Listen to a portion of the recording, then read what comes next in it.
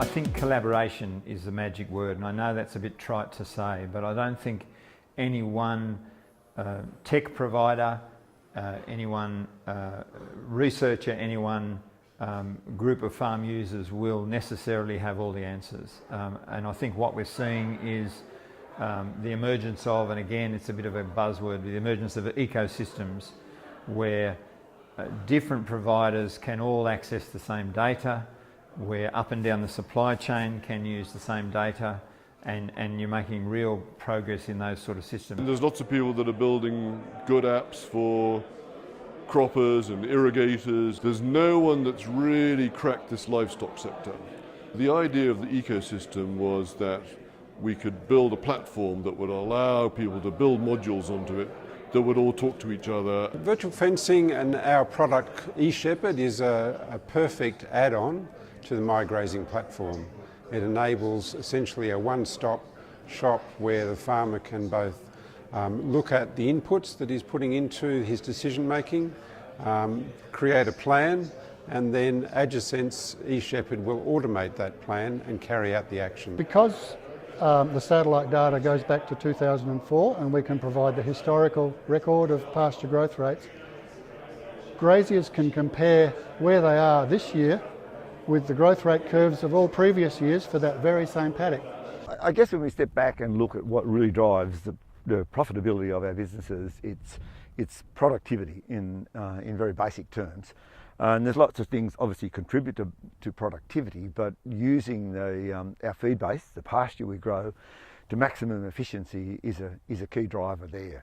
Another benefit of Maia is that we're measuring in grass, which is the fundamental basis of our whole business. For many years we've been collecting a lot of data, and turning data information is always the more difficult thing.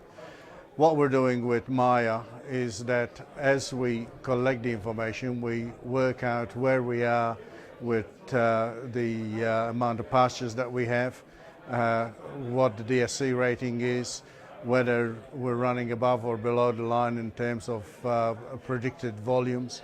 It's really about stocking to the capacity of the land. So if we are overstocked, then we damage the land. If we're understocked, we could also damage the land. In terms of someone who's thinking about utilising Maia and thinking about giving it a go, one of the things I always say is just start doing. Being a Maia user doesn't mean completely changing your whole business model. It just means start measuring grass. So start calculating how much grass you utilised out of that paddock on that graze, and just start accumulating that data set. Well, I think it is the start of a quite big change in agriculture and in livestock, in particular in Australia. We're seeing at each end of the supply chain, at the processing and consumer end, an explosion in the amount of digital information that's now becoming available. What we know is that people, such our consumers, be they white tablecloth, be they in supermarket or be they at the butcher shop, like to hear a story and like to hear information about what they're purchasing more and more. We believe there's a lot of pressure to produce more grass-finished beef. If Australia or indeed any other country is going to be producing more grass-finished beef, it's got to be done more efficiently. I think grazing and management of grazing has been sort of probably something that's probably been, always there, but in the background, and we've had lots of more focus on sort of some more higher profile aspects of our beef cattle production in the past, and I think it's time. Grazing management's time now is, and that's why I'm more than happy to be here today to help in the process of putting it out there.